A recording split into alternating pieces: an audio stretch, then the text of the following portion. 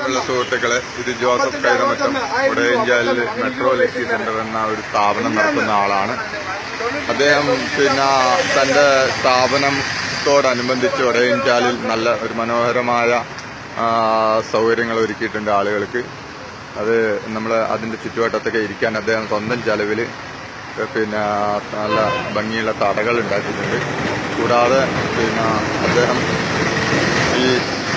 ഇവിടെ വരുന്നവർക്ക് വായിക്കാൻ പത്രങ്ങളൊക്കെ ഇവിടെ ടേബിളിൽ ഒരുക്കിയിട്ടുണ്ട്. ഒപ്പം ഇന്ന് നബിദിനമായതുകൊണ്ട് ചോക്ലേറ്റ് കൂടി ഒരുക്കിയിട്ടുണ്ട്. ഇന്ന് നല്ലൊരു മനോഹരമായ ഒരു കാഴ്ചയാണ് അദ്ദേഹം നമ്മൾക്ക് വേണ്ടി ഇവിടെ. അതിനെക്കുറിച്ച് ചെറിയൊരു വിശദീകരണം അദ്ദേഹം പറയുന്നതാണ് പറഞ്ഞത്. എന്റെ നോട്ടീസോട് അനുബന്ധിച്ച് ഒരു ജനകീയ വായനശാല ഇവിടെ ഇതുവരെ ഒരു വായനശാല വേണമെന്ന് ഒരു പാർട്ടിക്കോ രാഷ്ട്രീയ ആർക്കും അറിഞ്ഞിട്ടില്ല. അതുകൊണ്ട് ജനകീയ വായനശാല 6 പേപ്പർ ഇട്ടിട്ടുണ്ട്. അത് ജനങ്ങൾ വായിക്കുക, അത് സന്തോഷമായി പോവുക. രണ്ടാമത് ഒരു LED TV വരുന്നുണ്ട്, 32 LED TV. വാർത്തകൾ മാത്രം രാവിലെ മുതൽ രാത്രി വരെ മുഴുവൻ വാർത്തകൾ ജനങ്ങൾ കാര്യങ്ങൾ അറിയണം.